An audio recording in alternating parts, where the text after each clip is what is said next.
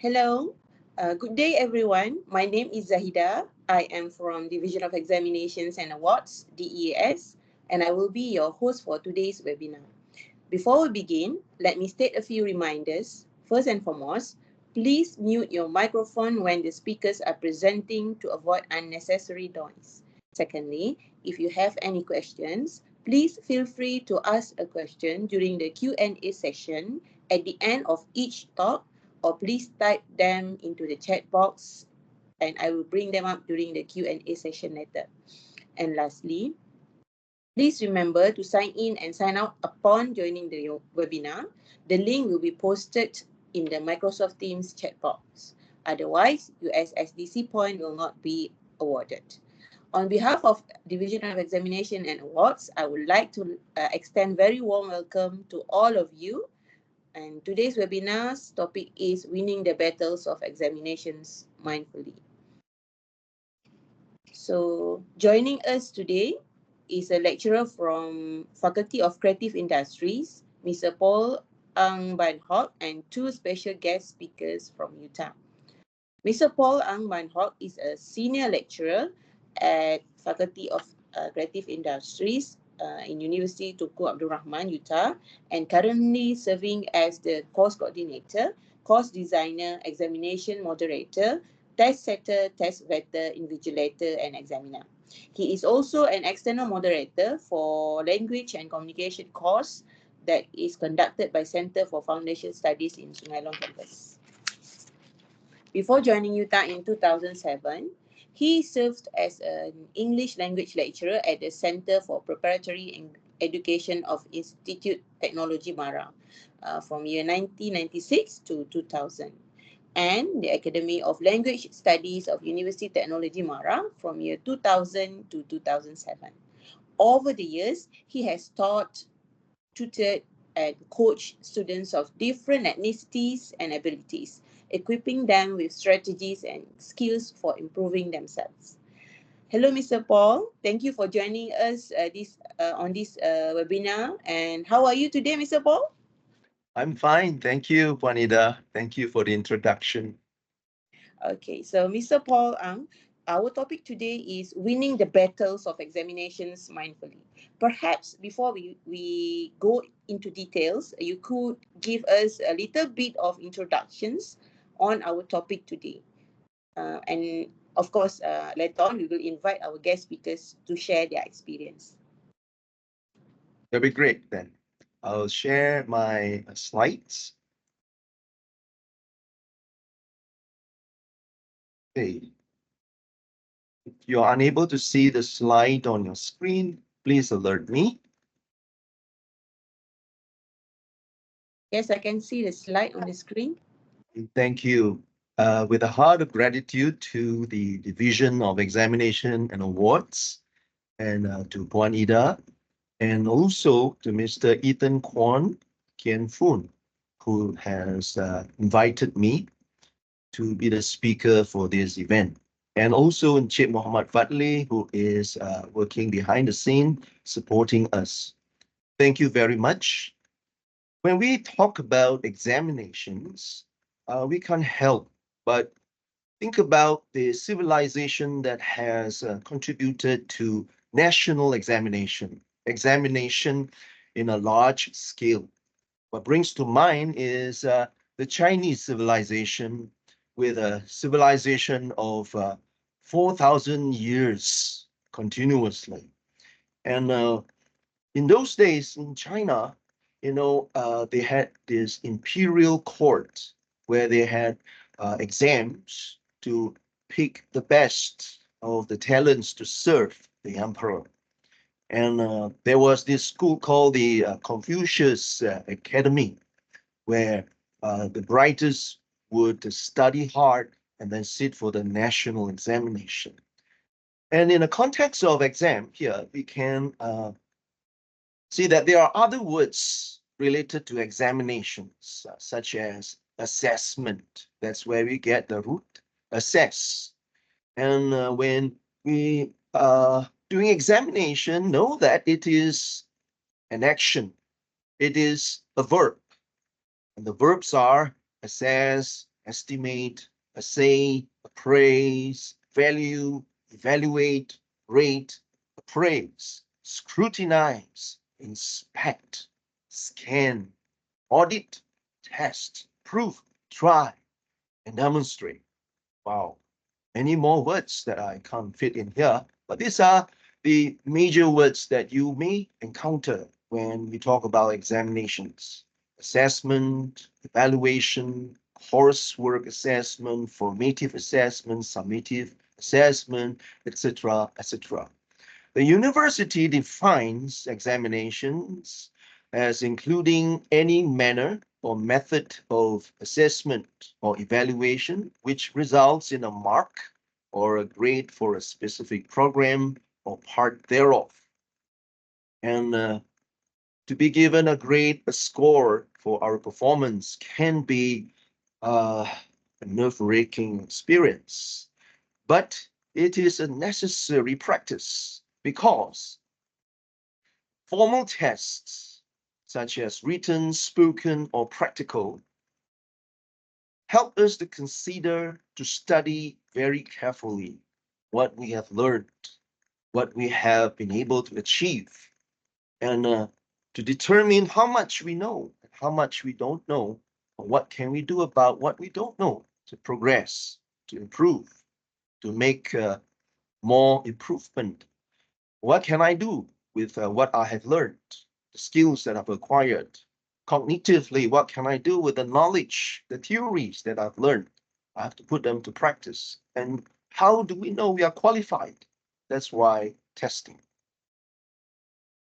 And examinations are basically battles or fights or competitions or contests that we are constantly engaged in as students, as learners. We are fighting for time, we're fighting for quality, we're battling for conscience. We are battling against the lack of time, limitation of time. We have so much of time that is given to us in a course of 14 weeks, and thereafter examination.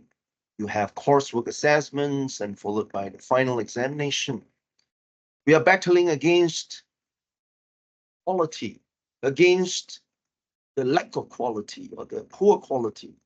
We are fighting for a better quality of ideas, performance, better quality of answers, so that we can prove that we have learned, we have progressed, we have improved. And also a battle against the lack of conscience. Conscience is our moral compass, sense of knowing what is right and wrong, and able to stand up to what is wrong and stand tall, living up to the moral conscience of taking the right path, taking the high ground, right? So there are success stories from our friends. We would like to hear their success stories, got to hear some real stories. It's not just about theory, stories are important. And with that, I would like to hand over the time to Puan Ida. Puan Ida, over to you. Yes, thank you for the brief introductions on our topic, Mr. Paul. So now, without further delay, we would like to invite our first special guest speaker, Mr. Kevin Chew Kenyi. Mr. Kevin, are you here?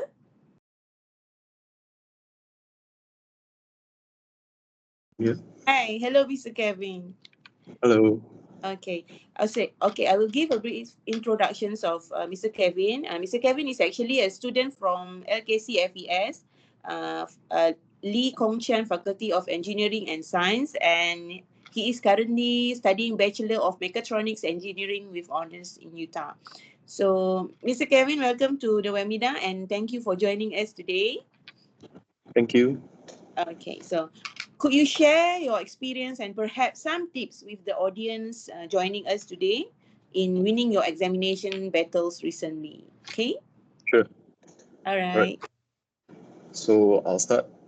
Ladies and gentlemen, esteemed faculties and fellow friends, fellow students, good afternoon. It is with great pleasure and honor that I am here today to share with you my journey as a student of mechatronics engineering. My name is Kevin, and I'm from the city of Ipoh. So, why did I choose mechatronics engineering? I'm excited to tell you about my journey. Back when I was young, I was always fascinated by robots and computers. They seemed like magic to me, and I couldn't get enough of them. This fascination, this fascination sparked a curiosity in me that led me to pursue a path in technology. As I grew older, my fascination with technology only deepened. I found myself immersed in the internet, documentaries, online forums, documentations. You would be surprised how much you can find on the internet for free. Devouring every piece of information that I could find about robotics, programming, artificial intelligence, and automation, it was clear to me that even then, my destiny lay on the field of mechatronics engineering. But as they say, every journey has its twist and turn, and mine was no exception. The onset of the COVID-19 pandemic brought about unprecedented challenges, disrupting lives and livelihood around the world. Suddenly, the familiar rhythm of daily life was replaced by uncertainties and fear. Moving to online classes was a big challenges. Moving to online classes was a big challenge for me. Suddenly, I didn't have the familiar faces of my lecturers and classmates around me. Instead, I found myself spending most of my time alone in front of the computer screen. So it felt strange and lonely. I missed the interactions and connection that I had used to have with the classroom. So on top of that, the uncertainty of the situation caused a lot of anxiety, not knowing the things that would go back to normal or what the future will hold, added to the stress. It was a challenging time, and I had to find ways to cope and keep myself motivated despite the obstacles. But over time, I got used to online class. It was not as bad as I first imagined. So we could all wake up 5 minutes before class and join the class through MS Teams. And other than that, we also had recordings that we could refer to anytime we want. So going back to physical class was also tough after being used to online classes for so long. It felt strange going back to the classroom again. I was excited to see my lecturers and friends, but it took some time to get used to. Getting back to the routine of going to class every day was hard. I remember I had to remember to wake up early, get dressed, and physically go to campus. It was a big challenge for me. Just it was a big change for me instead of just logging into my computer at home. So despite the challenges, being back in physical class has its perks. I was forced to stay more focused instead of laying on my bed with my laptop on. And I enjoyed being able to talk to my classmates and lecturers face to face again as well. It felt good to collaborate and have real-time discussions. Overall, the transition back to physical class has its ups and downs, but it was nice to have sorry it was nice to have some sense of normality again. One of the first steps that I took towards overcoming my challenges was reaching out to my friends, family, academic advisors for guidance and support.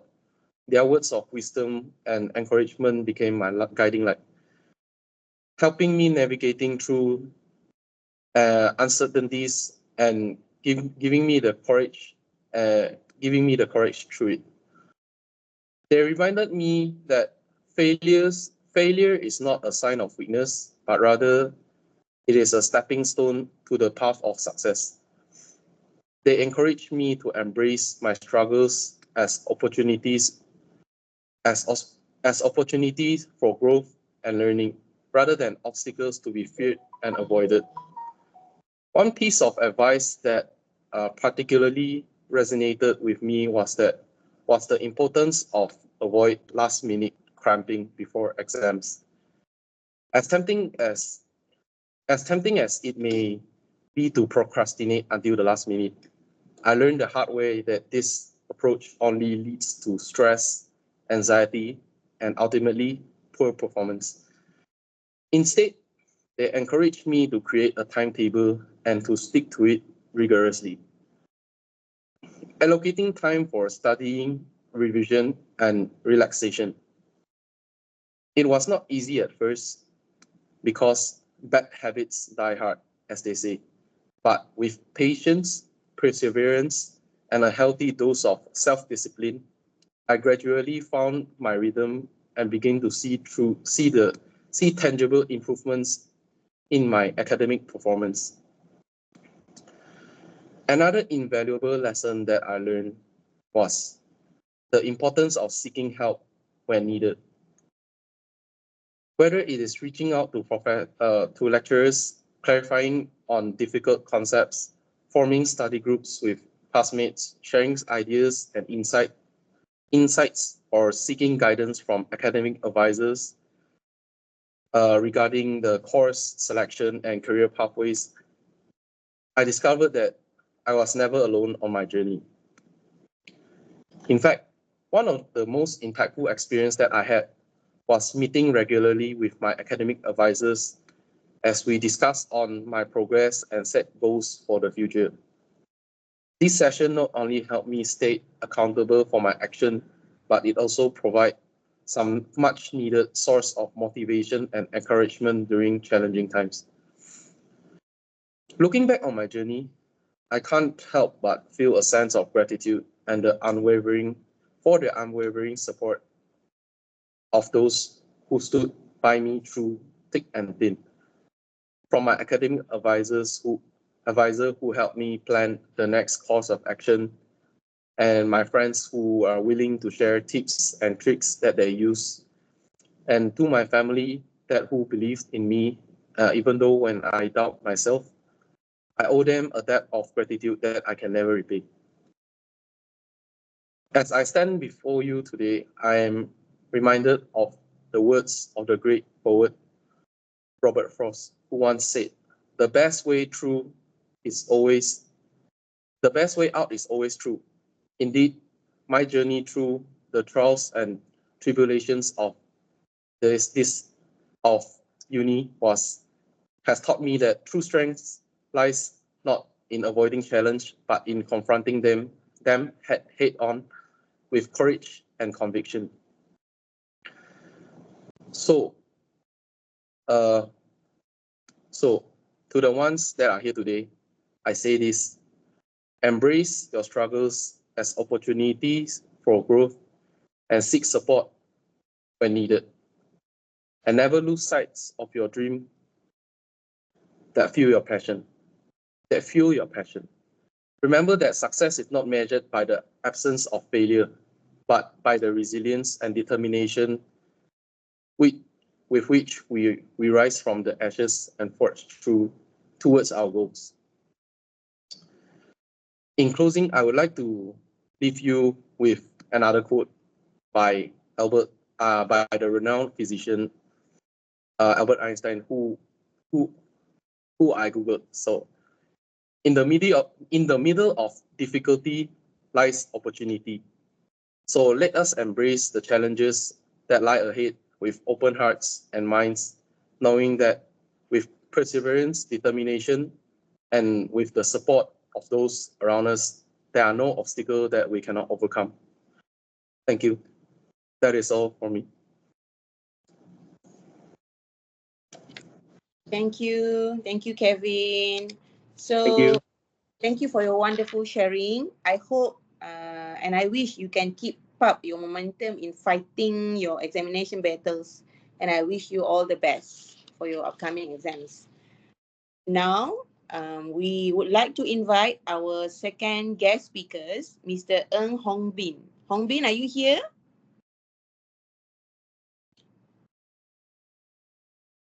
Yes. Hi, Hello, good day. Hongbin. How are you?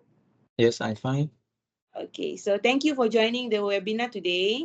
So I believe you are going to share your experience on what you are facing recently. So you can share with the audience. Okay. And hi, listener. And as I stand before you today, I am reminder of the journey that has led me to this moment, a journey marked by perseverance, resilience, and the unwavering pursuit of excellence. My name is Ân Hong Binh, and I hail from bustling city of Johor. It is with both humility and gratitude that I share with you the story of my academic, along with the valuable lesson I have learned along the way. From at early age, I have a deep-rooted passion from game design, and up from the combined creativity, the technology, imagination with innovation. It was a passion that ignited within me a desire to contribute to this dynamic and ever-evolving industry, to let my voice to the careers of visionaries shaping the digital landscape of tomorrow. But as with any pursuit of passion, my journey was not without its challenge. There came a time when I found myself adrift in a sea of economic turmoil, a period marked by neglect, a pending, and a gradual erosion of the passion that once blood brightly within me. I grabbed with the resignation that I have well of course from the path I have set for myself. I admit that I procrastinate. I pave the pride from this in slow learning and progress. And so armed with determination and a steadfast resource, I embark on a journey of self-discovery and transformation, a journey that would ultimately redefine my approach to learning. The growth at the heart of this transformation led the cultivation of effect, effective study habits, the strategy and techniques designed to optimize my learning experience and maximize my academic potential perform. In order to avoid the habit of procrastinating the from happening again, I give myself constant reminders of things to do every day. In addition, I also review long-term work every day to ensure my progress is being met. I and the next I began by setting specific achievable goals for myself. Those that set as beacons of light in the force of uncertainty, whether it was mastering a difficult concept, completing a challenging assignment, of earning a competent accolade. Each goal such as a testament to my commitment to academic excellence. Moreover, I recognize the importance of breaking down larger tasks into smaller, more manageable chunks, particular that not only help me stay organized but also provide a sense of progress and achievable achievement as I work toward my objective. But effective study habits were just one piece of the puzzle. Equally important was the development of a comprehensive study plan, a roadmap for success that would get me through the ups and downs of academic life. And I meticulously mapped out my schedule, accumulating dedicated time slots for study, attending class, and engaging in extracurricular activities. But by striking a dedicated balance between academic pursuits and personal interests, and I was able to cultivate a sense of harmony and balance in my life, a harmony that serves as foundation upon which my academic success was built.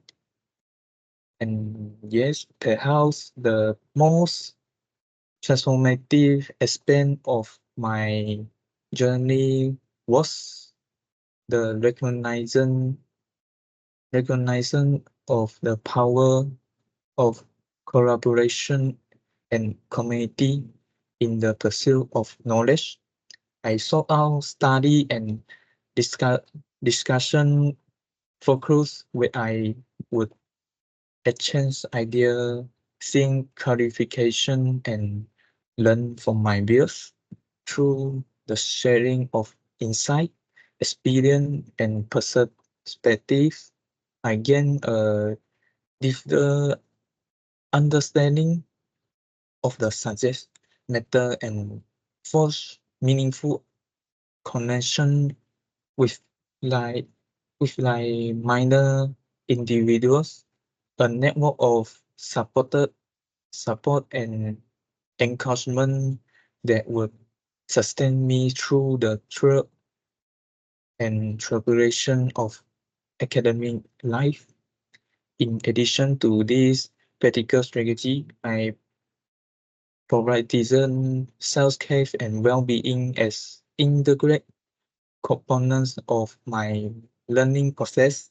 I make it a point to accrue time from rest, relax, and activities that nourish my mind, body, and spirit.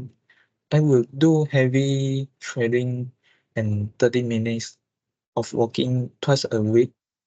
The amount of training well from person to person, wherever it was through meditation, ex- exercise, of simply spending time in nature.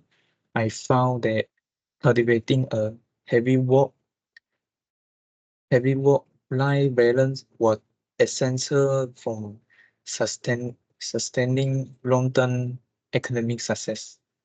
As I reflect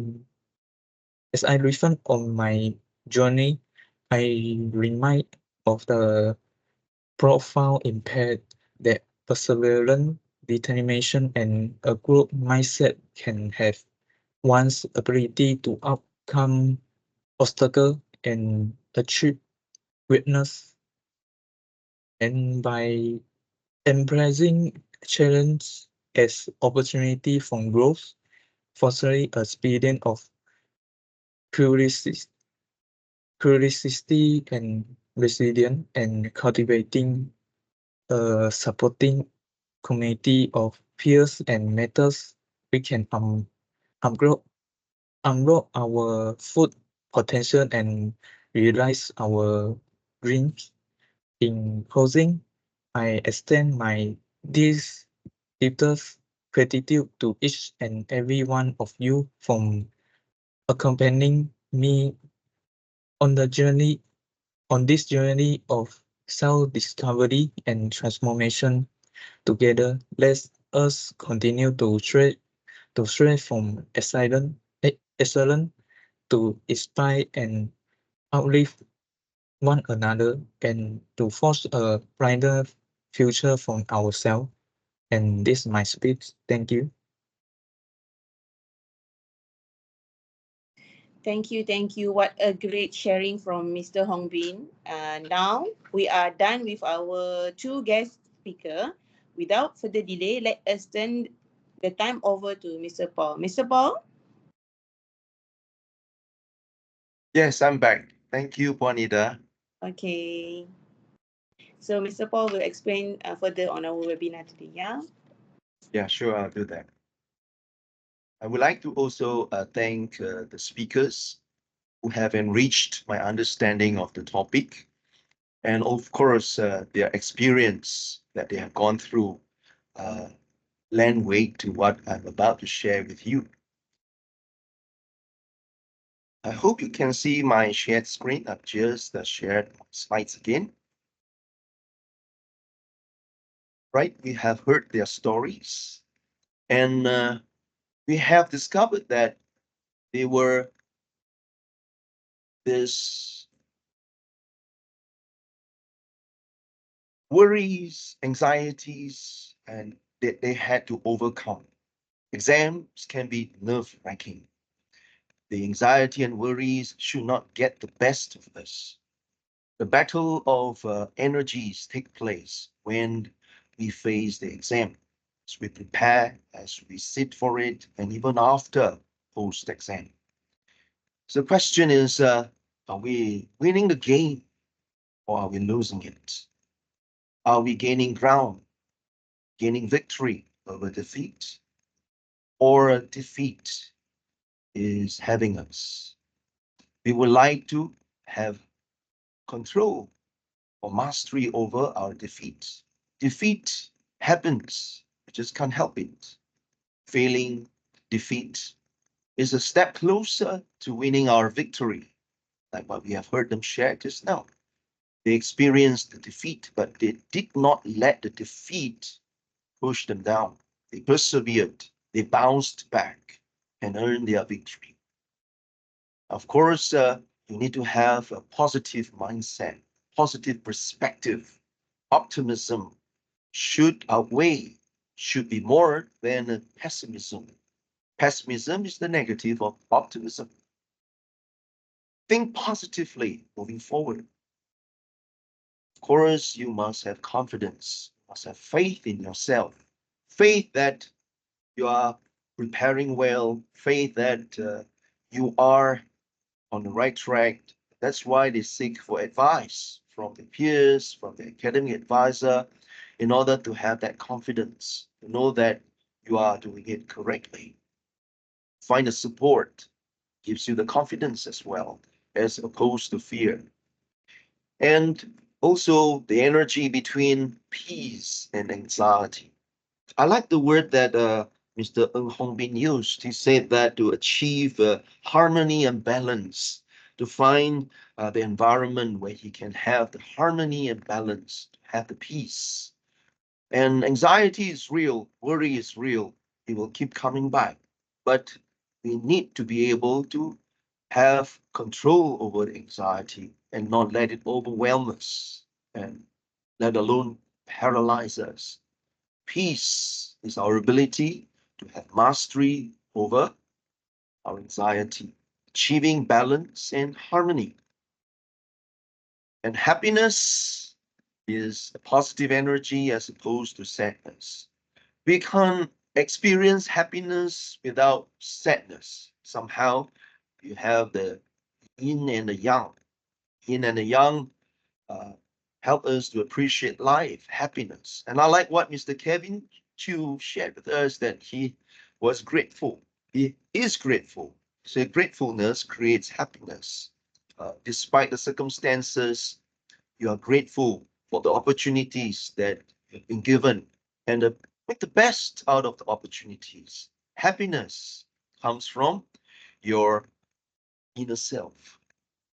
The external factors can affect our happiness, but we don't let them push us down. If the external factors don't come in our favor, then we should let the gratitude shine and overcome our challenges with gratitude that produces happiness. And of course, the growth mindset as opposed to the stagnation, the fixed mindset.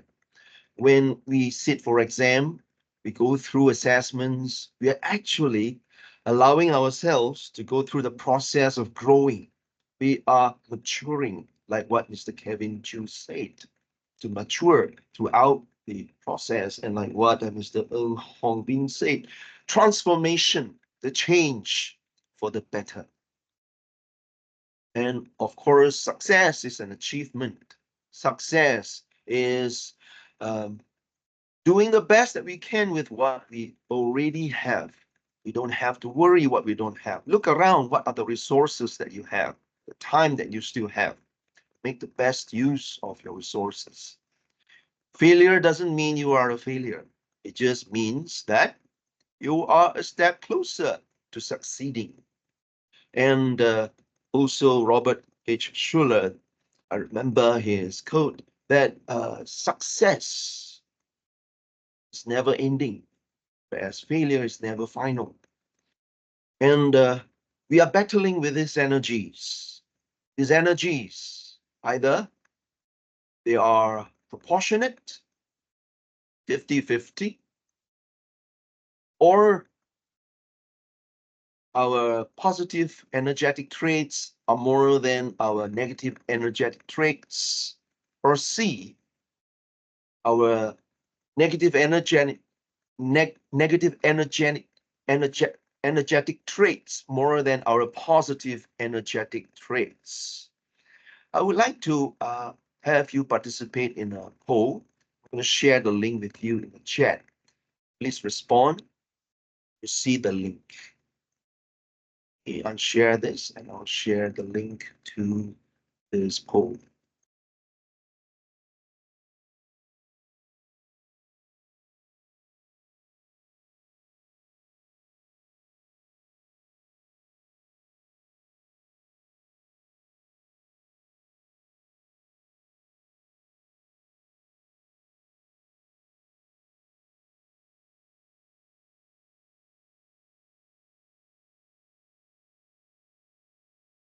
Okay, I am now going to post it in the chat box. Can you see the link?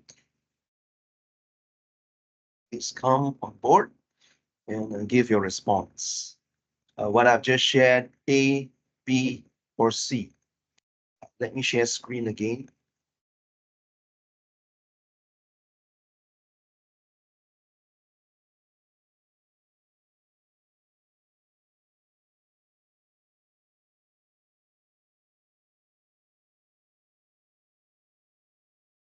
Okay, log into the link that I've just shared, or you can scan the and respond to the question. Choose the best option that describes your energetic traits right now. The ratio between my positive and negative energetic traits is 50-50, or my positive energetic traits are more than my negative energetic traits, or my negative energetic traits are more than my positive energetic traits. Wow, we have a majority here saying that 50-50, so we can tilt either towards positive or negative. What we want is to ensure that it's tilting towards the positive and not the negative, okay? We want to have a balance, of course. We have the yin and the yang, but then we need to be able to keep the yin under control, the negative energetic traits should not overwhelm us. Okay, so 19% is saying that B, my positive energetic traits, more than my negative energetic traits. So 77%, 78% saying that 50-50. About the negative energetic traits, 4%. We have very few, those who are in the negative category. But if you are in that category, I would like you at the end of this talk to come away with some ideas, some techniques that can help you to overcome that negative energy. We would like you to have your victory. Okay, thank you for sharing your response. Let's move on to the next slide.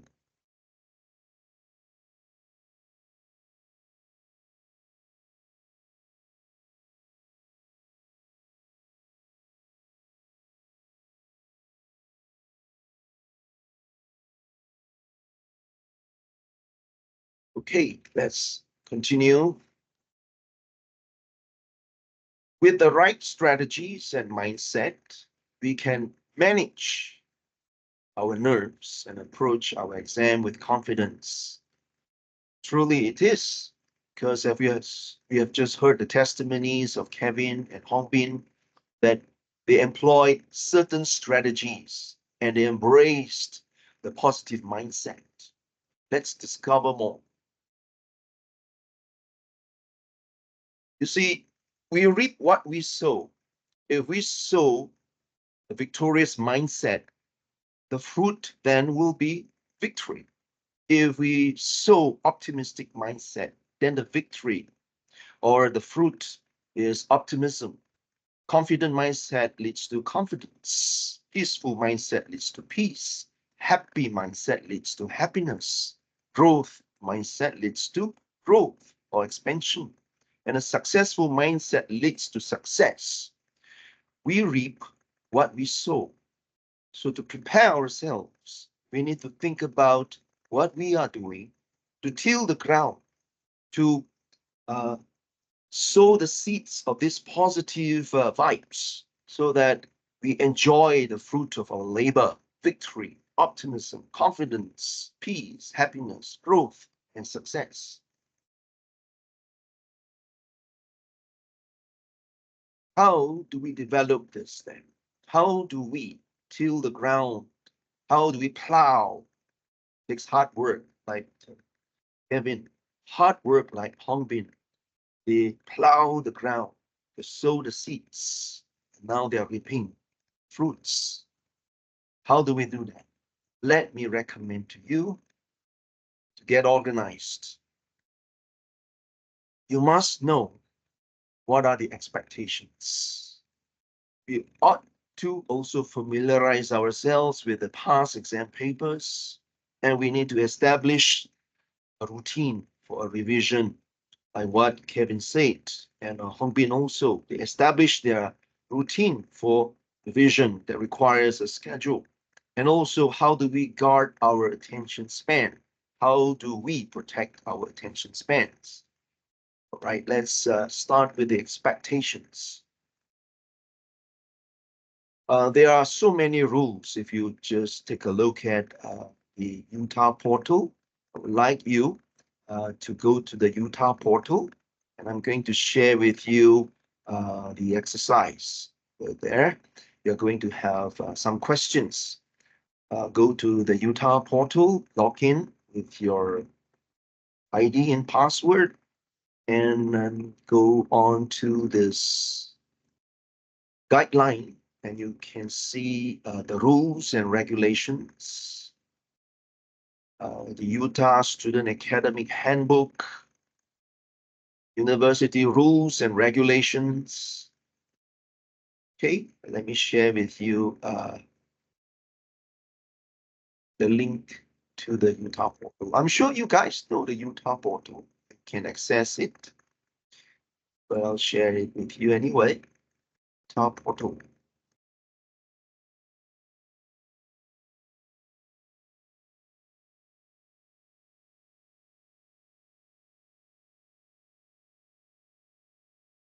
And put your fingers over the documents related to the rules and regulations, because you are going to answer some questions.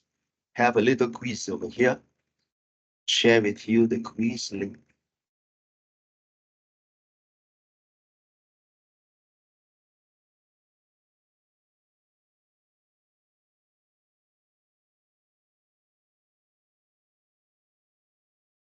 Understand Utah regulations and rules.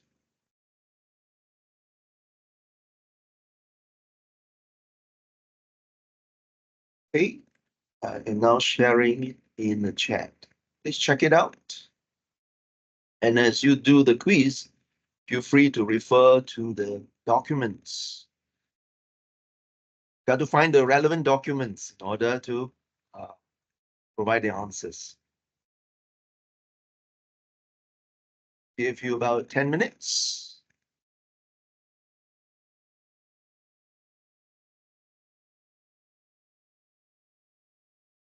Starting now, right? 10 minutes.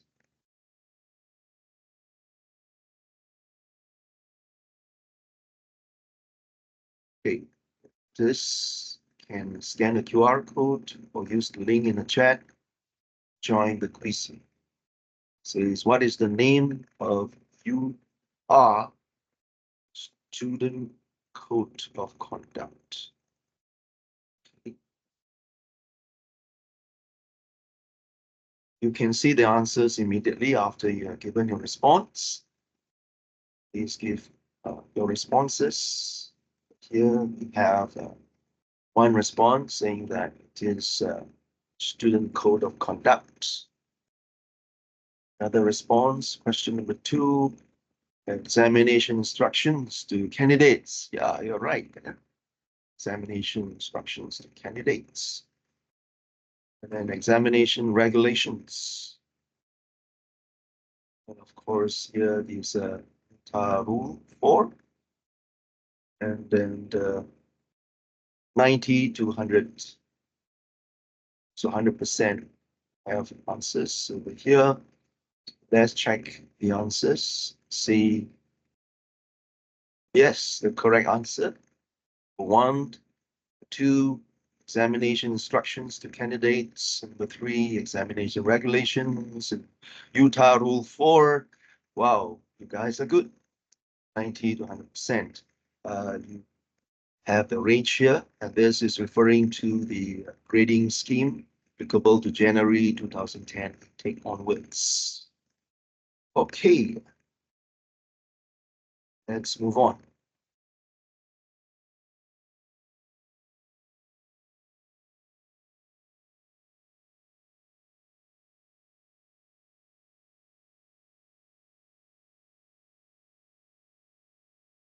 I have a few more things to share with you later.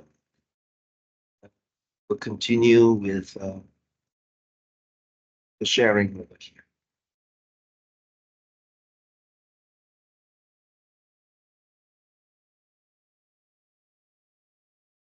And we get this frequently. Every trimester, we will get this from the examination disciplinary committee saying that a disciplinary offense is committed if an examination candidate is in breach of any university rules and regulations or other guideline or policy relating to university examinations. So forth and so on. You can read this, right? But the question is why? Why are we getting this? The answer is simple. It's because it's a reminder, reminding us of our conscience. It's a guardrail, the enforcement of our conscience. A litmus test of our conscience is when my personal integrity is compromised, could I still sleep soundly? The personal integrity refers to my honesty. Am I honest to myself? Even if no one's looking, I will still do the right thing. It's my integrity at stake here. So when my personal integrity is compromised, Could I still sleep soundly? If I say yes, I can sleep soundly, then probably I have no conscience at all, or my conscience is numb. Not having conscience is a problem, right? The moral compass of knowing what is right and wrong and doing the right thing. For example, moral conscience tells us that lying, cheating, robbing, killing, stealing is not right. These are crimes, and we should not commit those crimes. Our moral conscience tells us that there is a sense of right and wrong. If our moral conscience says maybe, then we have some conscience. Our conscience can tilt to numbness or can be strengthened, can become stronger, right? So when our conscience is strong, solid, then you will say that my conscience won't let me go. My conscience, my sense of morality, my sense of moral compass is so strong it can knock me down. Even before the examination, I have already developed this moral conscience side of me. And it's playing out when I sit for the examination. And it's playing out when I go for my internship. It's played out when I graduate, when I start working. So the moral conscience is important here. So a contest of our moral conscience is strengthened every time you sit for exam. And of course, if it is still yes, we can sleep soundly, and if our personal integrity is compromised, then it is abnormal. Maybe we are partially normal, but if no, I can't sleep soundly. No, my conscience just can't let me go, then I'm normal. Right? So the more you sit for your assessment for the exam, know that it is a contest of moral conscience. And our society, our nation will be glad that you have moral conscience, that all the graduates have moral conscience. Somebody offers us bribe, you'll say no. Somebody says, well, take the shortcut. So, we don't have to worry about the ethics. And we say no, put our feet down. We know that we are building a better society, a better nation. Then number two, we have to familiarize ourselves with the examination papers. And for that, you need to go to the UTAR portal again. Take a look at the portal. This time, check under the heading examination, and you can look for the examination papers that you are probably going to sit for. It won't be the same exam papers. There will be different questions, but you would have some ideas how the format is like for the examinations. And refer to the recent trimester, the recent examination, previous trimesters, immediate trimester, or the past two trimesters. If you have a few minutes, go check it out. If you have not, there are exam papers for you to access. And of course, when you refer to the course aims, the learning outcomes, the course structure, you need to refer to your syllabus. You can ask your tutor or your lecturer. If you can't find your syllabus, you may check with your academic advisor how you could access this material. It is posted in your course structure on your UTAR portal, or you can access it from the web-based learning environment. So when you do a thorough study of your materials, you must bring these materials to bear. Understanding the format of your exam is crucial because they help you to familiarize yourself with the task types through practice. The more you practice, the better you will understand what is expected of you. That is studying effectively. going to share with you another material. It's by Tom Burns and Sandra Sinfield, Essential Study Skills, giving you a framework or a checklist of the examination. I'll share my screen and then I'll share this in the chat, the link to this material.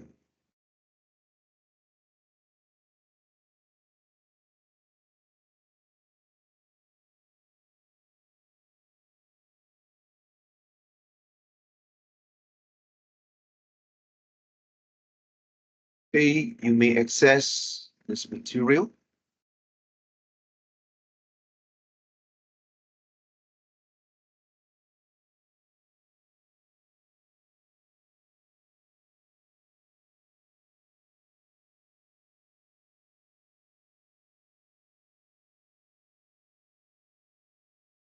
You can't access it, please drop us a note. I will share the link again.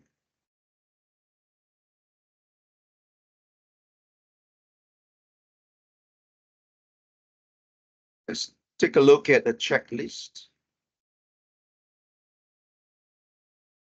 Says use the exams checklist.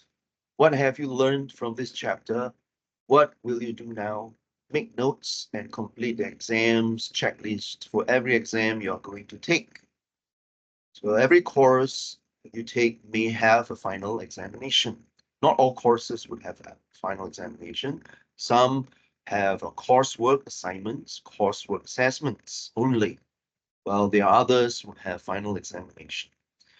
And you must take note of these elements when you look at your course assessments or examinations. Checklist. I have received the course outline.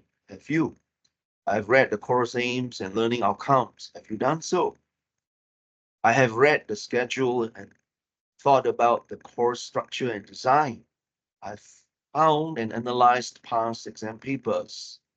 And I have seen the paper, and the paper is, what's the duration?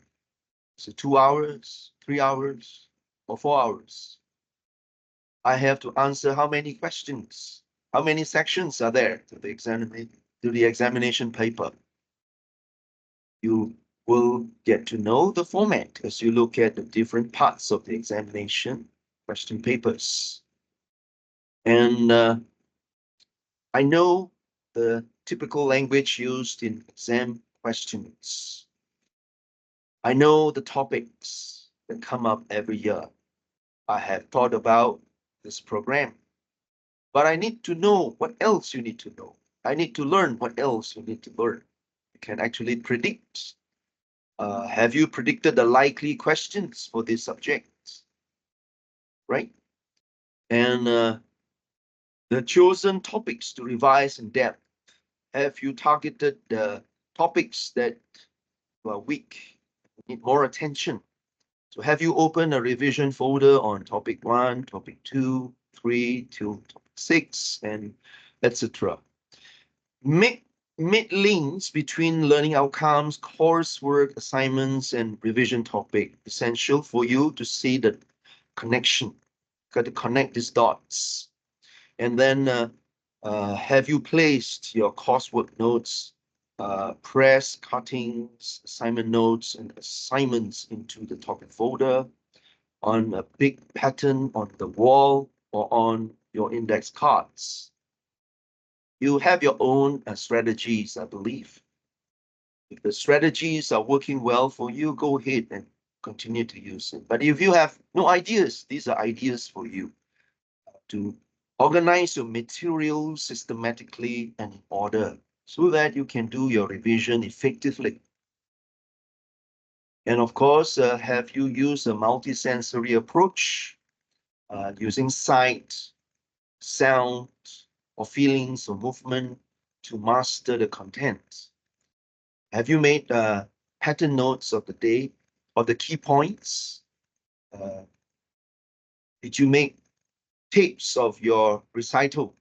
Have you recorded yourself reciting the key points that has to do with the audio? And do you have a chart that shows the relationship of ideas. As you do that, you do mind map probably, and you can incorporate concept map, mind mapping strategies for your movement. Or you could create a choreograph, a dance. In that dance there, you would have the different concepts spelled out. And as you dance, you will be able to remember the ideas, the concepts, the theories, the formulas get into your body, right? Or you could also use gaming. You can see, you can hear, you say it, and you do it through playing games. And have you gone through your exam folders and have you prepared condensed notes of everything that you need to remember for the exam, for the following topics? And have you learned the material by memorizing or by reciting or by testing yourself or with a study group or carrying index cards with key points or flashcards? And have you drawn a revision timetable? Do you have a regular timetable? This includes positive thinking, brainstorming, planning your answers, planning and writing perfect answers with friends. You can have a contest among your friends in your study group, writing the notes or writing without notes or timed your writing without using notes. Then ask yourself, are you ready, confident? Okay, stay positive and motivated and keep your goals in sight. Never lose sight of your goal. And we heard them share just now that they had to be disciplined. They had to persevere. It was a self-discovery. So keeping your goals in sight constantly keep you on your toes, right? Next, number 3, have a revision schedule. Formulate or construct your timetable. Life at university is very much independent. Everything you have to do it, have to find out, to take the initiative. It's not given to you, spoon-fed to you. So you have to be proactive and find out how to do a routine. Find an environment, like Hong Bin said, an environment that he will always visit when he does his revision, he does his study. A routine and an environment is important. Is the library the best place for you, or is your home, your own room, the best place for you? Or maybe at the faculty, there is a learning space that you like to use it routinely. You develop the habit. Small little habits will lead to your success. Start your habit. You cannot have your habit without a routine. Habit is what we do every day. So it's a habit to brush our teeth. Morning once and at night before sleep once. See, a habit. It's boring. It's not exciting. So what? Who says brushing teeth is exciting? It's not exciting, but we do it. Have formed a habit. Who says that waiting for a bus is exciting? No, it's not exciting, but we have to depend on the bus for transport. So it's a habit to wait for the transport. And we create a routine. We have to develop a positive habit towards achieving success. And with that, we need to take note of our schedule, our deadlines. And I'd like to share another material with you, also by Tom Burns and Sandra Sinfield, Essential Study Skills. And it has to do with tracking your activities. Share this again. Let me share this chat.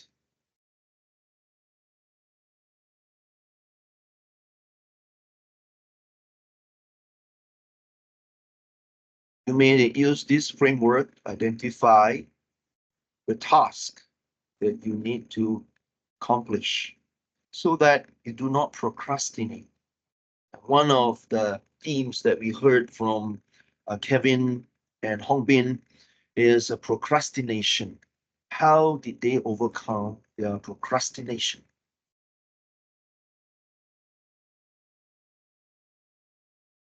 For your events and deadlines, your course title, the exams, the essay deadlines, the laboratory report deadlines, seminar presentations, field trip, project report, or exhibition deadlines, or public holidays and other events, specify it. Use this as a framework for the courses and list out all the events or all the tasks that you need to do, and then map it out for your term plan, what is happening over your trimester, so that you can plot and see whether or not you have 2-3 assignments at the same time that you have to submit, and you're not caught by surprise. As the time passes, the deadline gets nearer, right? So you have to ensure that you plot out your activities so that you could have a routine, like we mentioned, and then you have a habit. To form the habit, to create a routine, you have a timetable, you take note of all the tasks that you need to do on a weekly basis. You clear them so that you do not have too much to do at the end of the day and it's too overwhelming. Right, so far we have covered that ground. Now let's go on to a question about study group. Oxford University Press ELT says that joining a group or a study group can offer mutual support and motivation, which was what Kevin did. Study group. And Hong Bin, I believe so, also had his study group, his friends who can support him. The group that share tips, resources, practice sessions with others can make a significant difference to your journey as you prepare your examination. Your friends can help you to reduce your stress. But I must also give you a caveat that let your study group also keep to the vision and the goal. And if your study group ends up gossiping instead of studying, then you might want to consider joining a different study group. So a study group is supposed to support you. And when you choose your friends to form your study group, look at each other's strengths. You may be good at this subject, your friends may be good at the other subjects or different areas, so you can complement each other. And of course, you hold each other to account. You make your friends accountable for the revision, the review, the exercises, the practices. That's a way to challenge each other towards excellence. Let's move on to the next point. Point number 4, attention spans. See, our attention span is getting shorter because of the disruption of technologies. We need to know how to cultivate our attention span and protect our attention span. Our thought life is vital to our success. What is taking away our thought? What is distracting us? When we do our revision, do we have our smart gadgets near us? And every now and then there is this alert telling us our friend has given us a message over the social media, over the messages that we have in our phone apps are constantly distracting us. Or the thought of just it's too hard. I just need a break. I just need to get out of this environment. I need to play my video games. And find yourself playing the video games more than you do your studies. So that could take away our thoughts. So be careful with your eye gate, what you allow your eyes to be exposed to too much. The internet has a lot of stuff, a lot of things that can hijack our attention. And our attention gets shorter and we are distracted. We are restless because our thought is not focused. So the thought life has to be guarded. be envious of those who can guard their thought life. You must also develop that ability to guard your thought life. Then the body needs exercise, needs to move. You can't just sit down and study for a long, long time. So I would like us to take just 1 minute break for us to move around, right? Move, stretch out your hands, exercise. You can stand up and stretch. When you sit too long over a period of time, your body gets tired. So there is no movement, there is no blood circulation. So you have to exercise to circulate. The oxygen has to get to your brain. So exercise is important. You have to factor that in.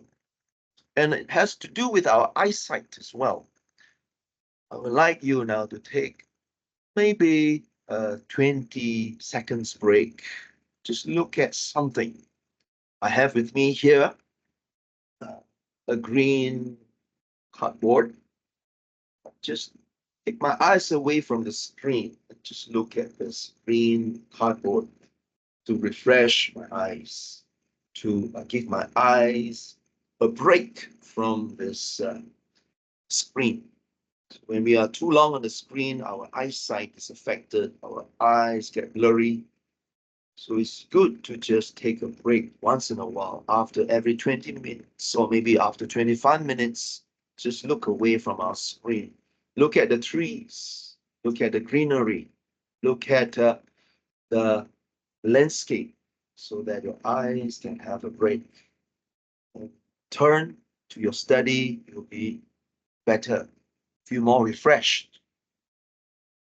And of course, sleep is essential. We ought to get 20, we have 24 hours a day, and out of the 24 hours, according to the latest science, we ought to have between 7 and 8 hours of sleep. Are we getting enough sleep? In Utah, if you are taking 5 to 7 courses, it's hard to get enough sleep because you have a lot of assignments and deadlines to meet. So the more you have to manage your time effectively so that you do not compromise your sleep. Have enough sleep. A day before your examination, you've got to sleep well. You cannot push through the midnight. You're burning the midnight oil.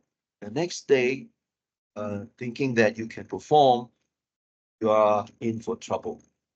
You must make sure that you have enough sleep so that your mind is fresh, that you can get up early so you won't be late for your examination. If you have problems sleeping at night, suffering from insomnia, then you need to seek help. There are people who can help you. Utah has got the Center for Well-being and Healthy Mind. You know that? Can check the website for the Center for Healthy Minds and Well-being. Contact the counselors and ask for advice, how to overcome your insomnia, not being able to sleep. Could it be because you have been on your gadget for a very long time, and the melatonin that is secreted in your eyes has dampened? It's no more. Therefore, you cannot sleep. So if the gadget is causing you to be sleepless, then you have to exercise caution. Maybe 1 hour before you hit the bed, switch off your device. Read printed materials for your revision so that your eyes will get the rest. Then you would have the best melatonin that is excreted that can help you to sleep. Yeah. And if you do happen to see the talk that is about sleep, there are talks about how to sleep well, the techniques of sleeping well, what to do in order to have a good sleep, a deep sleep. Attend the talks, and then check out the websites for more information. Use the Utah Library to borrow good books on how to cultivate your sleeping habit. Have enough sleep, enough rest, and you will be better. And your diet, your food, are you eating nutritious food? Or are you on constant junk food, fast food, drink a lot of carbonated drinks? If you have been eating unhealthily, maybe it's time to change your diet.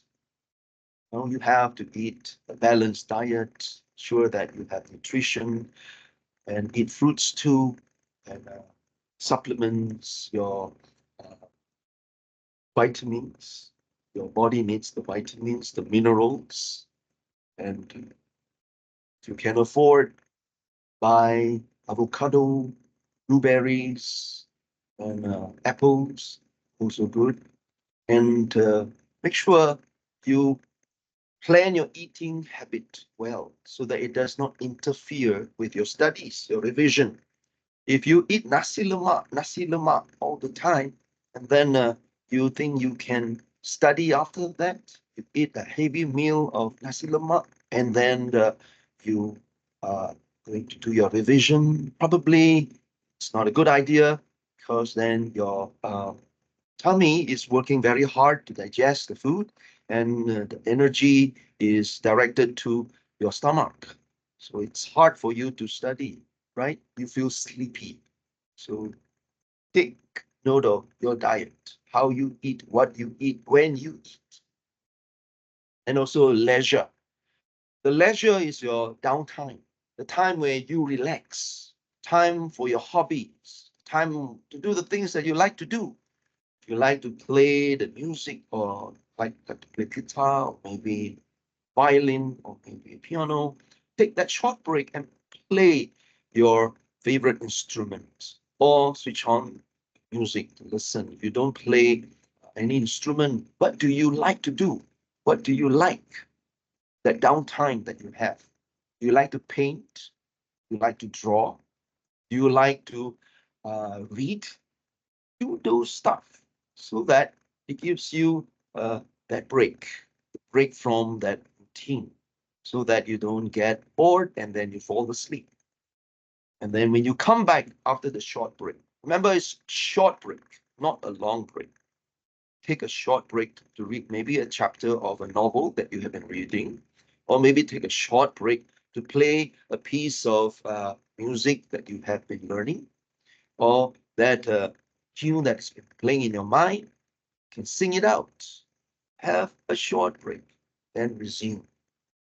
Okay, you'll take a short break, about say 20 seconds. Look at something green, looking at the screen too long. Look at the landscape, look at the trees. 20 minutes, no, 20 seconds. Short break. When you are studying using the screen, the computer screen or smart screen, I would encourage you to do this. After every 25 minutes, take a short break for your eyes, right? The leisure is part of it too. Can incorporate your leisure for the short break so that you give yourself that momentum. You don't break the routine, but you keep the momentum going by having your downtime. 20 seconds away from look away, look at something green. Yeah. 1, 2, 3, 4, 5, 6, 7, 8, 9, 10, 11, 12, 13, 14, 15, 16, 17, 18, 19, 20. So 20 seconds passed already, and then resume and continue with your revision or your study. So A, B, C, D, E, you have to guard all these areas jealously. Never lose sight of your thought life, your health, your body, your sleep, your diet, and your leisure. Next, we would like to look at the downside. On the same token, when we sow negative seeds, we reap negative fruits. If we have been sowing the seeds of defeat, a defeated mindset, then it's not surprising we will have the fruit of defeat. If we have been sowing the seed of pessimistic mindset, would we be surprised that we are always pessimistic? The fruit of pessimism is so strong. And if we have been sowing the seed of fearful mindset, obviously you will be fear. You will be fear. We don't want fear, right? We don't want anxiety. We don't want sadness. We don't want stagnation. We don't want failure. We want positive vibes, positive energies. Question is, how to vanquish a defeated mindset? How to conquer a pessimistic mindset? How to overcome a fearful mindset? How to win over an anxious mindset? How to overcome sadness? How to vanquish a fixed mindset or a failing mindset? I'd like to recommend focus your attention mindfully. Focus our attention mindfully. There is a quote that I keep to my heart, and it's a guide to me. So in the book of Philippians, chapter 4, verse 8, it says, whatsoever things are true, honest, just, pure, lovely, of good report, if there be any virtue, and if there be any praise, think on those things, on these things. The things here refer to the actions, the facts, the thoughts, the ideas. These are things. Ideas can be abstract, and ideas can be concrete as well, right? So what is it that you should be focusing your attention on? On things that are true, things that are honest, just, pure, lovely, of good report.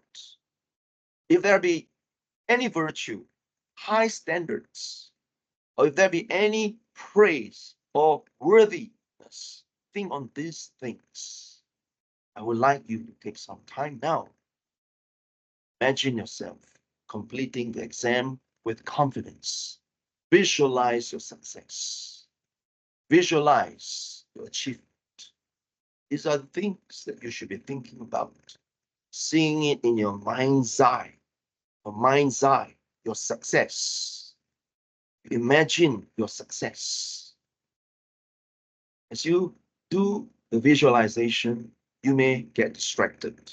There will be other thoughts trying to invade, other things trying to get your attention.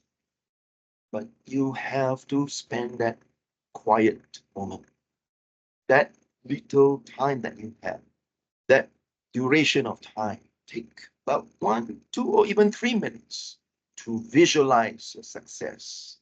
Make it a habit. Because as you visualize it, you can see it in your mind. No, you can achieve it.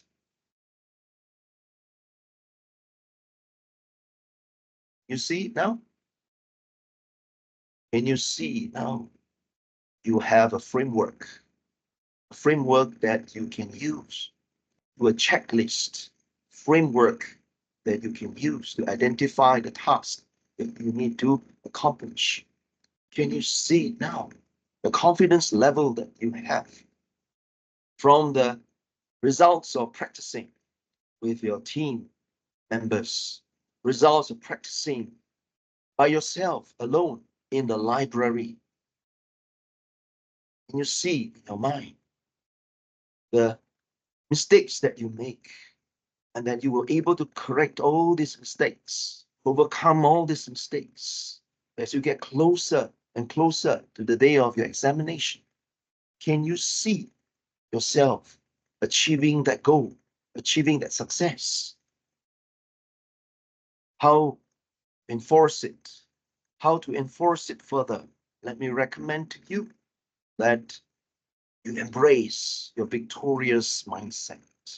Embrace your optimistic mindset, confident mindset, peaceful mindset, a happy mindset, your growth mindset, your successful mindset.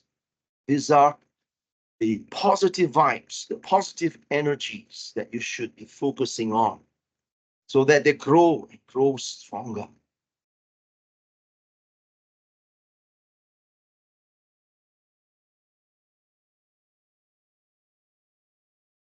And eventually, surely, certainly, definitely win the battles of examinations mindfully with your victorious, optimistic, confident, peaceful, happy, growth, and successful mindset. I would like to leave you with this song. If you are down, or when you are down, feel depressed, feel sad, and sing this song. It goes like this. I've got faith, I am winning. I've got faith, I'm winning. I've got faith, I'm winning mindfully. I've got faith, I'm winning. I've got faith, I'm winning. I've got faith, I am winning mindfully. Sing it one more time. I've got faith, I am winning. I've got faith, I am winning. I've got faith, I am winning mindfully. Oh, I've got faith, I am winning. I've got faith, I'm winning. I've got faith, I'm winning mindfully. Sing it for the last time. I've got faith, I'm winning. I've got faith, I am winning. I've got faith, I am winning mindfully. I've got faith, I am winning. I've got faith, I am winning. I've got faith, I am winning manfully.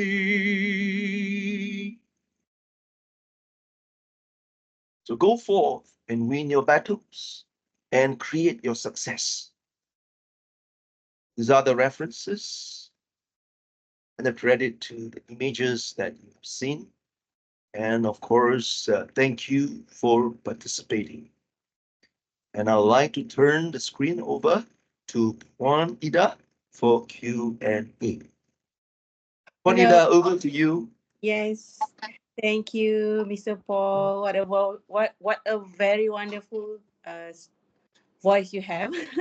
Thank you.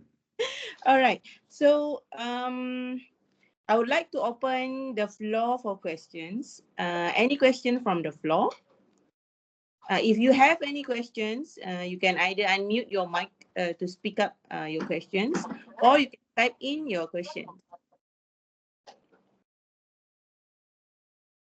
Okay, so while waiting for the questions to come in, perhaps I can ask a few questions to our guest speaker. We'll start with Mr. Kevin. Kevin, are you still here?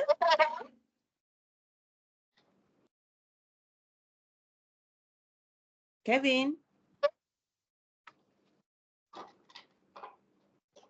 How about Hongbin? Yes. Okay, Hongbin. I have a few questions. You can answer me. Let's say, what is from your side? How would you motivate other students to improve their confidence in their study? Do you have anything to motivate your other friends? Yes, and because my personal future career direction, when you learn when I learn a skill, I I propose to should always use it. This trip of my learning through this to use this skill that I learn and knowledge to the fullest, and it is also the source of my confidence. That's my suggestion. Hopefully helpful. Okay, thanks, Kevin. How about Mr. Paul? Mr. Paul, I heard that you are talking about we need to keep our goal aside. So, is there any tips from your side to actually, some people like myself, I keep on losing my focus goal. Okay, so anything that one advice for those who are always lost their goals in the middle of going to the goal itself. Any tips you want to share with us? Yeah, I think it is important for us to write down our goals. Like I write down, in my journal, the goals for that day, so that we keep that as a focus. Whenever I look at my journal, I'm reminded of my goals here. And of course, you can also put up your goal on your study desk or in front of your study desk on the wall. So the goal is what drives us, the purpose. If we don't have a purpose in life, we don't have a vision, then we are aimless. The goal is what we want to achieve. See, like this Hari Raya season is coming, the festive season, Hari Raya Aidilfitri, there is a goal for us to go back to our hometown. If your goal is to go back to Kuantan, your hometown, then as the driver of the seat, you got to keep your focus on the goal. You don't miss turn. You are supposed to keep on the right track, use the right toll so that you can reach Kuantan. But if you want to go to Kuantan, you are distracted. Instead, you end up in Bentong. Then you have not done justice, right? See, it requires us to focus. You have no choice but to get on your seat and look at where you are going. And as a driver in your seat, you cannot have your smart device to distract you. Somebody WhatsApp you, somebody tweets you, or somebody sends a message. You cannot do your reading of your smartphone at the same time you are driving. It's against the law to do that. So the law helps us to set our focus so that we are able to achieve our goal. Never lose focus of the goal by taking the necessary steps. So if the phone is going to distract you, then as a driver, it's best to switch off your phone, or you have somebody together with you who can answer the phone on your behalf while you're driving. Just think about achieving your goal as you are driving. You are the driver of your goal. Do you want to achieve your goal? You do. Then you should focus. Don't let anything else distract you. Write it down. Write it down. Put it right in front of you. I hope I make some sense, Juanita. Yes, yes. Okay. Is Kevin is here? Yeah, I'm here. Yeah, I'm here. Hi, Kevin. Kevin, I have a question for you. Sorry? Kevin, I have a question for you. Yeah. Okay, so when you are studying, can you share actually what is your preferred method of studying and why you prefer of such method when you are studying? Can you share with us? My preferred method of study. I think for me, the study method actually doesn't really affect much because this is everybody have their own method, right? But for me, it is just persistence. So if you just keep studying, have your timetable, you follow, you stick to it, and you study for, I think, 2 hours per day, every day you keep it up, then you should be okay. But everybody's method are different, so I think you have to discover your own method. That's all from me. Okay. And then next question will be, what habit that do you want to break, and which one do you want to improve currently? So for me, the habit that I want to break, first of all, is procrastination. I find that this is the #1 contribution to all my problems, including studying, everything. So other than that, the next one, the habit that I want to improve is to be more disciplined.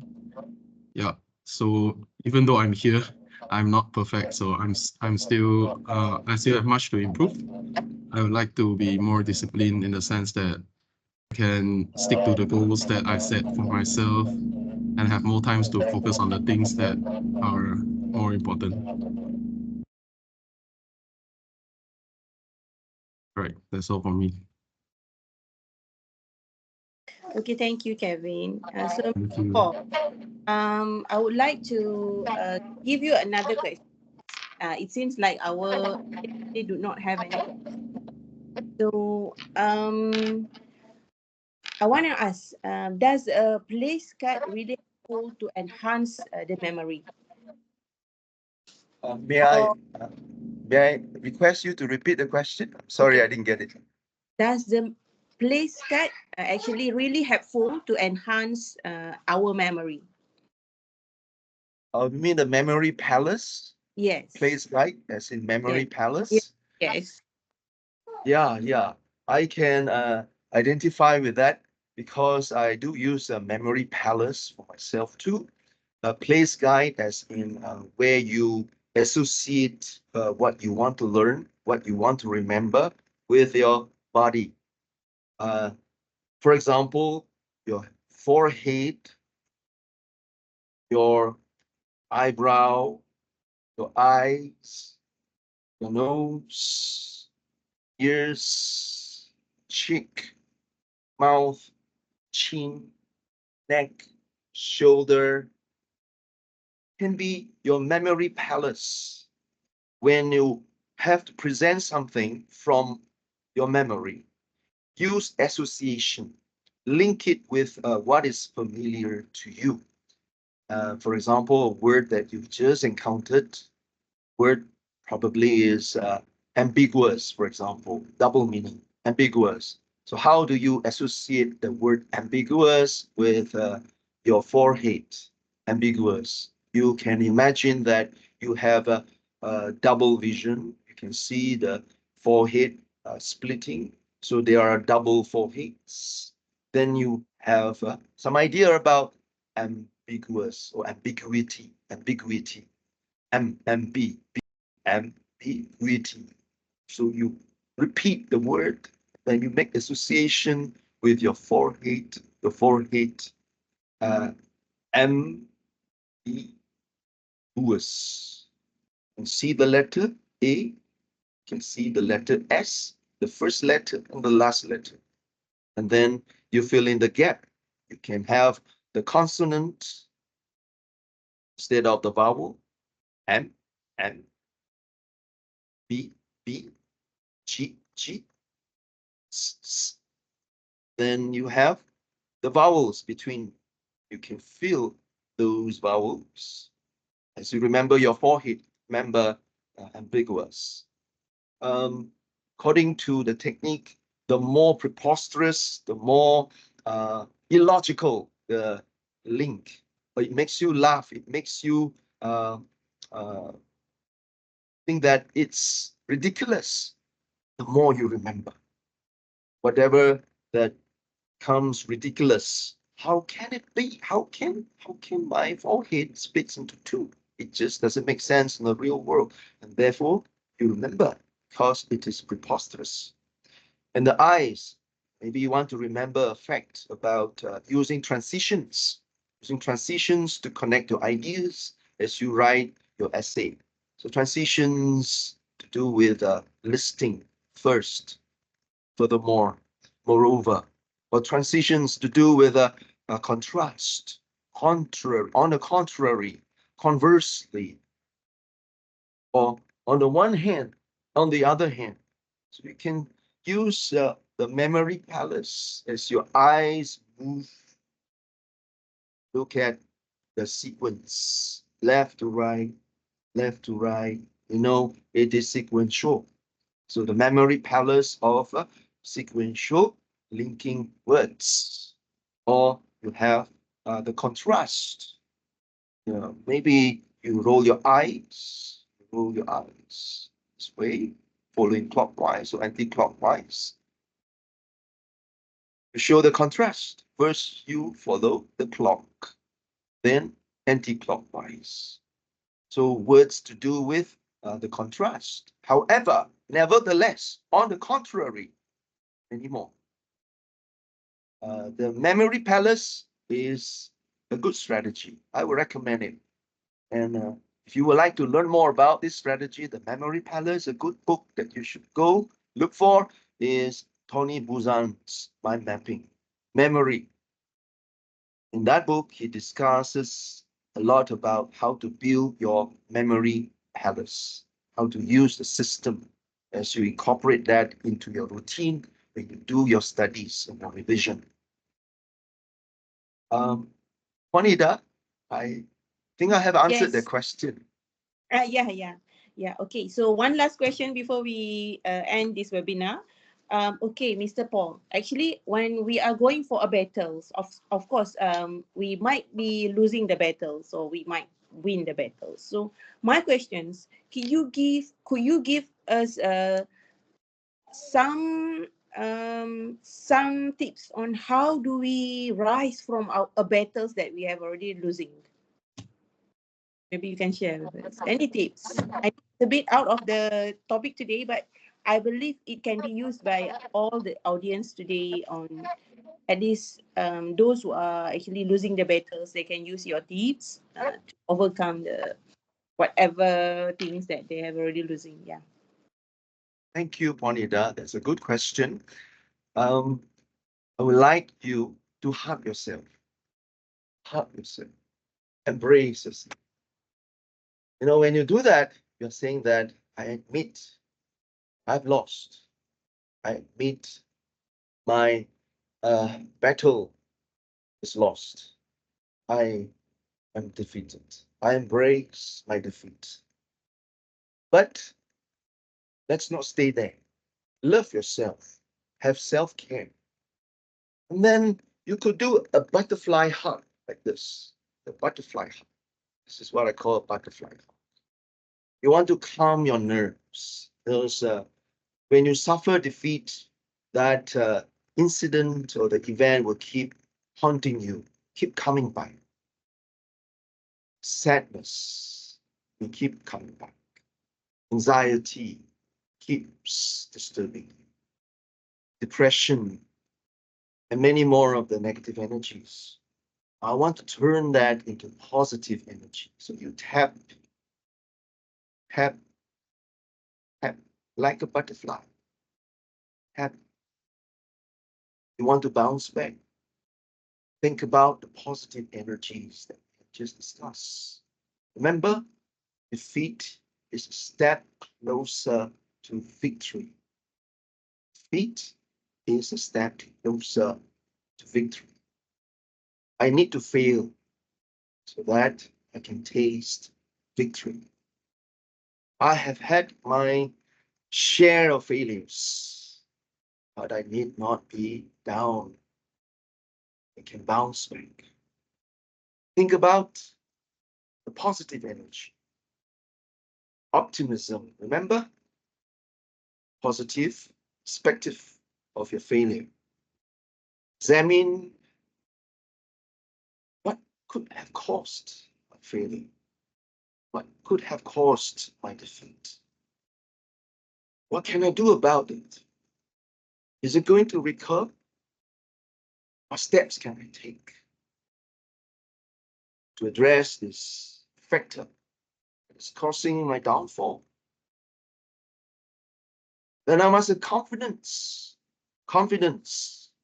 with the measure that I'm taking, measure that I would like to execute in order to address failure.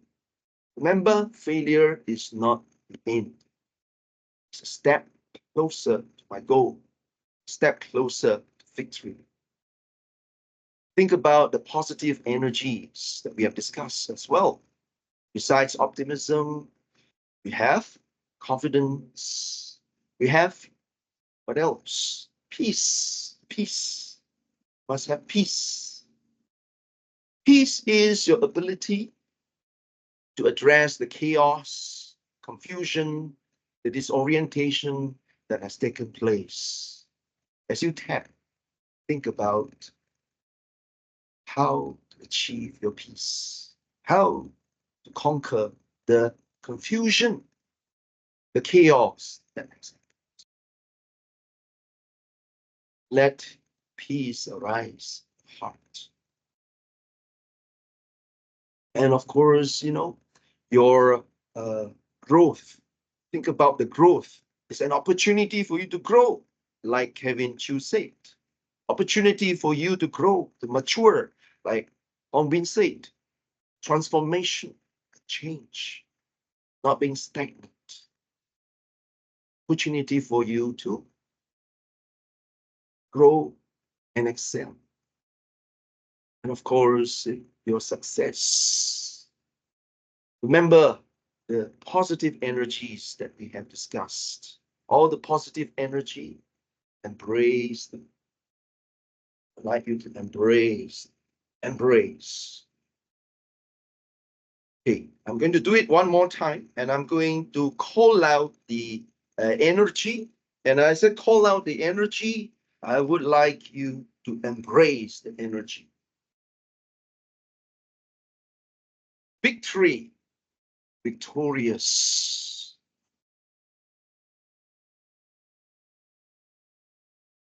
What is the second fruit? Optimistic. It's optimism that we want. So optimism, embrace optimism. That's the fruit that we want to produce. Optimistic, the mindset that we want to have. Another fruit, confidence, the fruit, embrace it. The fruit of confidence, the seed of confidence, a confident mindset, embrace it. And peace, you want peace, then you must sow the seed of peace. Embrace the seed. Now hold it near your heart. The seed now has come to the peaceful mindset and the happy mindset, happiness, embrace it, embrace your happiness. And don't forget growth. You want a growth mindset too, so that you can continue to enjoy all the fruits of the positive energies. Then your successful mindset, and you have your achievement, success. Then bounce back, bounce back, bounce back.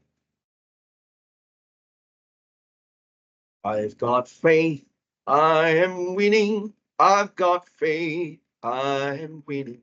I've got faith, I'm winning mindfully.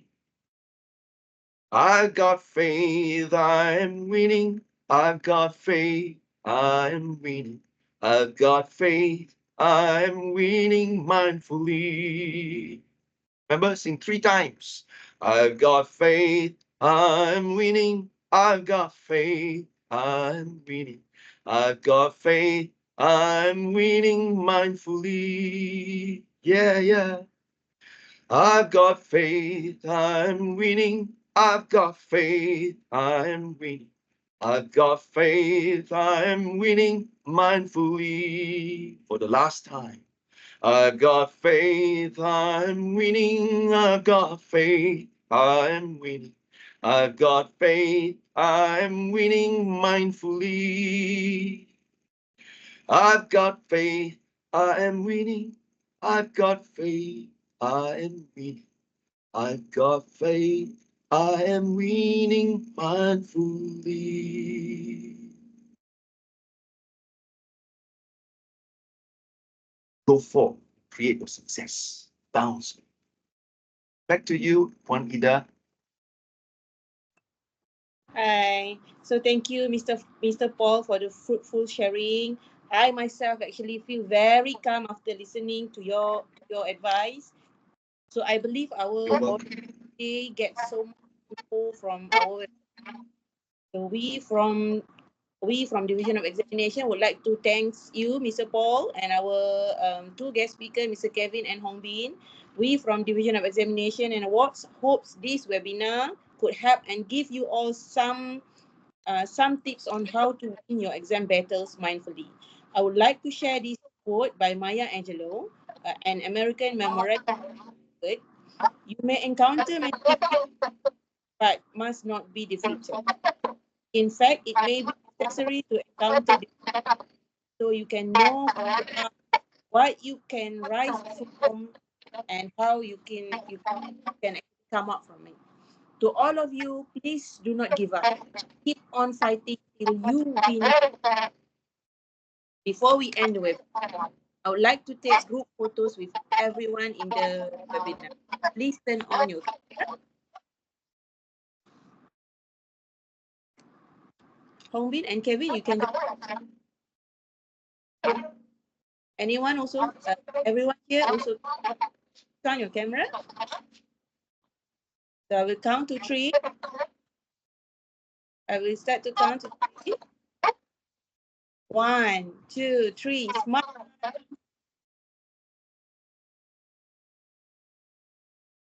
Another take. 1, 2, 3. Smile. Okay. So please remember to sign the attendance in the conversation chat box. You need to sign out for us give you the point. Thank you, Mr. Paul. Thank you Welcome. all the audience today. So that is everyone. We appreciate you for being here today. Thanks again for joining us today. And I'm Zahida. See you next time. Bye. Thank you and bye. See you guys. All the best.